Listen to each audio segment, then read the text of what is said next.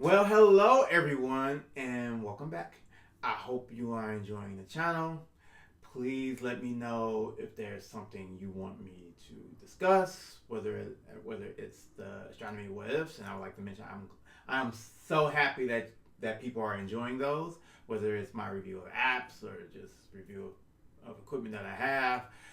I'm really excited about this particular video because I'm going to be going over something that I haven't done in a while, which is actually an equipment review from a non-technical point of view.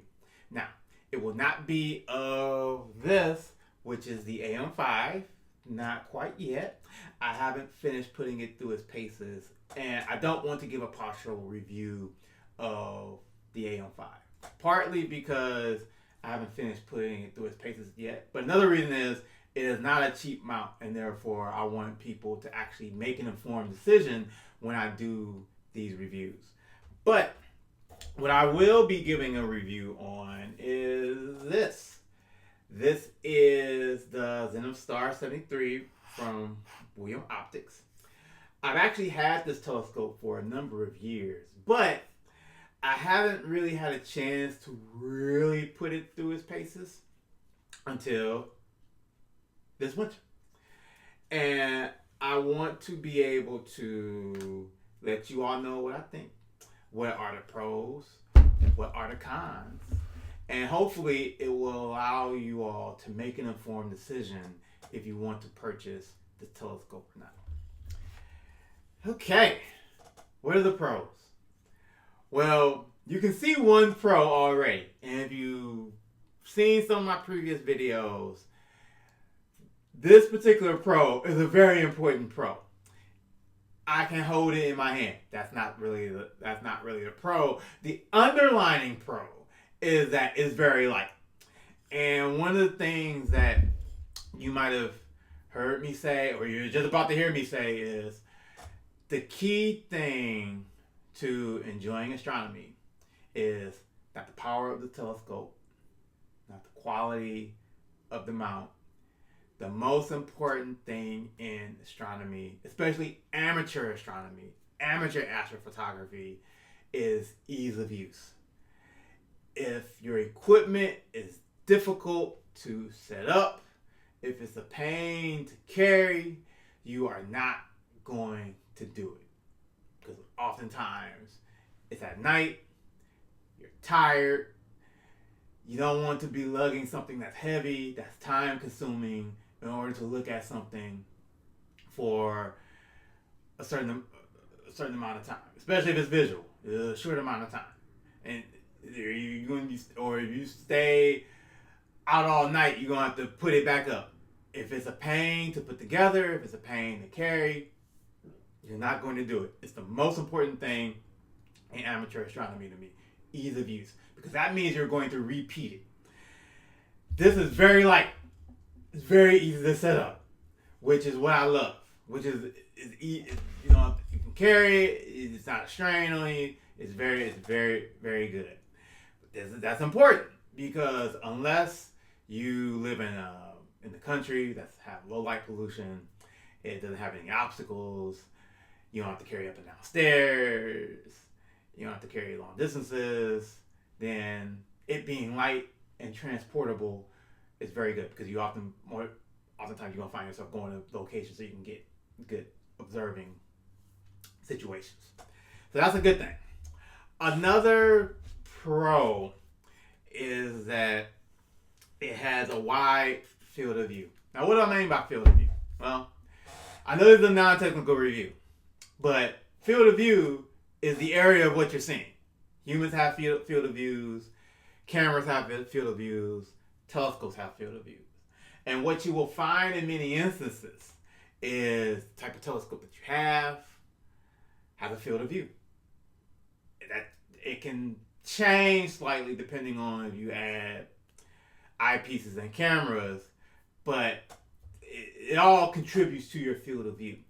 Well, this field of view is very good as it relates to looking at these space objects, because oftentimes deep space objects are rather large, have a wide area, and you want to be able to see all of that. And some of the other telescopes with low field of views will not allow you to see. It takes the enjoyment out of looking at it, especially when you're interested in astrophotography, and that becomes much more important in astrophotography because you're not relying on just your field of view and the camera's field of view. You have the field of view of the camera, the field of view of the telescope, and you need to factor those in determining if it's worth purchasing. But this field of view that I've been able to use with both my ASI 178 and my ASI 294 are pretty decent. Well, this one's really good. The ASI 178 is more of a planetary camera, and it wasn't the best, but it's a planetary camera. I'm gonna get to the if you can view planets within a minute. But as it relates to deep space objects, as it relates to looking at the moon, great. The full disk of the moon was able to fit into its field of view. If you have the proper equipment, the full disk of the sun can also fit into its field of view. Although my recommendation is just to get a solar telescope if you really want to look at the sun. But not everyone can afford those, so just keep that in mind that if you want to look at the sun, you have the proper equipment, the field of it will accommodate the field of view. Another pro I would say is the price. At least I thought the price was pretty reasonable given some of the other pieces of equipment. Mainly I'm looking at the William Optics Cat series, which is much more expensive, but this was at least to me about $738. Now that seems like a lot, but in astronomy is not a cheap hobby, and given that, I think this is reasonable given the price. A lot of things can go into the thousands of dollars, so I do think, given the price point, what you're getting your money's worth. So those are the pros. You can price point. You can look at these space objects. You can they fit in your field of view. You can look at the moon. You can look at the sun, and it's very, very portable. What are the cons?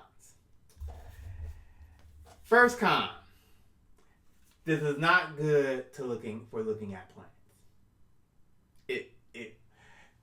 The field of view is a pro as it relates to deep space objects. The field of view is a con as it relates to planets. The planets are so tiny. I tried to look at Jupiter a couple of weeks ago just to experiment, and it was just so tiny. Now I could see the Galilean moons, but they look like stars. But Jupiter was just so tiny, and I was just interested in looking at bands. So that wasn't great. So this is not a good telescope for looking at planets. Keep that in mind. Especially if you're in the visual and astrophotography. What you see here is the finished product. Well, close to being finished. You see a guide scope. It does not come with a guide scope. You see this bar here? Doesn't come with this. You have to purchase that. See these screws here? Doesn't come with those. You have to purchase that. You see, you're noticing there's no eyepiece and no elbow. That's because it doesn't come with that. You either have to have it already in terms of an elbow that I have for my ZenithStar SE8, and you need an eyepiece. You have to get those on your own, or a camera if you're more interested in astrophotography. So you have to get that. It comes bare bones. So just keep that in mind if you decide to purchase the telescope. And I think those are the major cons. Is that it's not good for planets, and it really comes bare bones. Those might not seem as important, but again, the original price point is about, I think, $730, between $750 and $730, at least when at the time that I bought it. All of the other stuff is extra, so you have to factor that. You have to factor that in. Now, you might take those calculations and just decide, okay, I'm just gonna get one of the cat series. But even with those, you have to consider what is missing from the entire package. So just keep that in mind. Overall, though, I actually love the telescope. As I said, it's very easy to use, which is the most important thing to me. And it allows me to take pictures of deep space objects, view deep space objects, although I can do that with my NextStar SE8. But I can't take images of deep space objects with my NextStar SE8. And it's a much easier telescope to set up. I keep repeating that, but that's the real key. So, okay, what are the pros again? Price point, I think it's very reasonable. Very light. We'll toss it around, but it's kind of to emphasize it. But you can see I can carry it with my hand, and very, very good. And its field of view is large enough that it allows you to look at deep space objects without very much trouble, and take images of deep space objects without very much trouble. The cons are it comes pretty bare bones. Well, I'm not gonna say it comes pretty bare bones. It comes bare bones. It's just a telescope. All this you see, and I have to re-screw this back on. All this you see is not with the telescope. You have to get all of this and this on your own. Have to factor that in. And it's not good for looking at planets. So if you're the type of person who is in visual astronomy or astrophotography, like, I want to take pictures of planets, I want to get the nice not zoomed in. I like to get nice zoomed in pictures of Jupiter's bands, Saturn's rings, Mars' polar caps, the phases of Mercury and Venus. Yes, they do go in phases. This is a telescope for you. Just being honest. So you need to factor that in. What you're looking for out of the telescope. Now, that seems like a major con not to get it, but you have to think of it like tools in a toolkit, golf clubs on a golf course. You pull the tool for the situation that you're facing at the time. Now, astronomy is rather expensive, so you might not be in a situation of getting multiple telescopes. But it's something to consider when you actually try to go out and find a telescope. But overall, I love the telescope.